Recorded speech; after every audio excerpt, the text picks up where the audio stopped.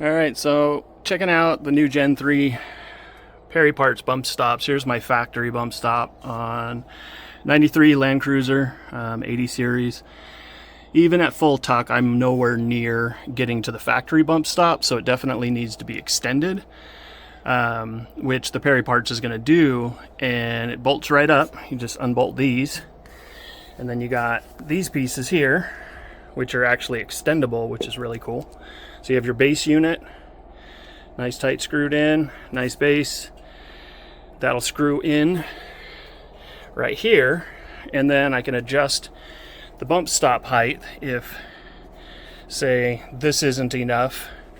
I can unscrew the main bump, and I can put an extender in, and then the bump stop. And then I could have quite a bit in there, which might actually be too much, but you can see where I'm going with that. Alright, so it's pretty simple. We broke these loose. Get those unscrewed.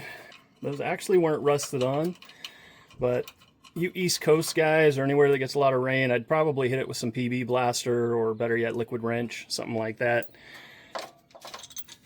Alright, that looks pretty good. No need for any kind of paint for rust protection or anything like that because it's still got the factory paint. And it looks like this has to go this way. Yeah. So there's a little flat spot here and this part's rounded. It kind of matches the OEM, the way the OEM part sticks out a bit. But this piece right here will help clear your spring because it's really close to hitting the spring if you did it this way, and you'd get contact. So it goes like that. They supply new hardware, which is kind of cool. It's working smarter. So I was wondering why the base came out so far. It didn't match the frame like some would, but if you notice the size of this bump stop, it's really wide. And so you need this as a support. And it's got to be nice and thick and strong. Otherwise, when the axle comes up and twists, it can push on here, and the rubber bushing, or sorry, 3D printed bushing would just smush over. So you got to have a nice thick base like that, and real strong to keep the base from bending. Probably put a little blue Loctite on there. Wouldn't be a bad idea. This is a test fit for this vehicle. They're new for the 80 series. They also supply you with some grease, so you can grease the threads just to kind of keep it from spinning on itself here. Well, you want it to spin on itself. You don't want it to catch. So, and ideally, you would flex the vehicle, get that axle topped up to see where it's going to touch. So you could start off with a smaller base like this. I have a feeling, for looking at from when I squished it up before, because I'm running 37s, they start to hit the inner fender well first. So I'd rather extend this further right off the bat and have maximum bump. I can always remove it later. So we'll go ahead and grease this guy up. So we're just going to kind of put some on there and just lube it up.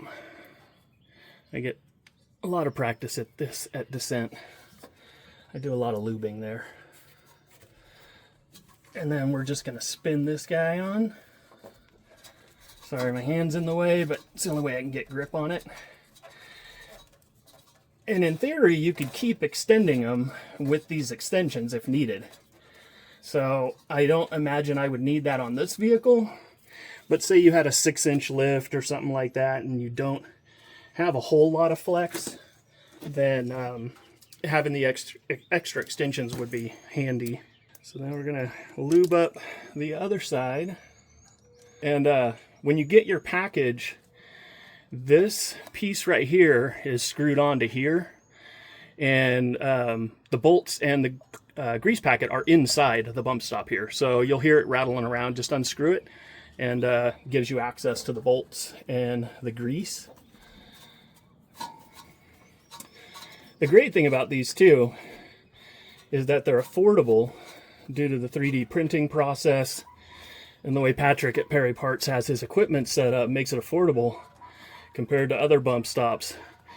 But he can cycle them more than you would ever cycle them in normal use, short of like a Baja car or something like that. And they do test them on King of the Hammers, Baja, stuff like that.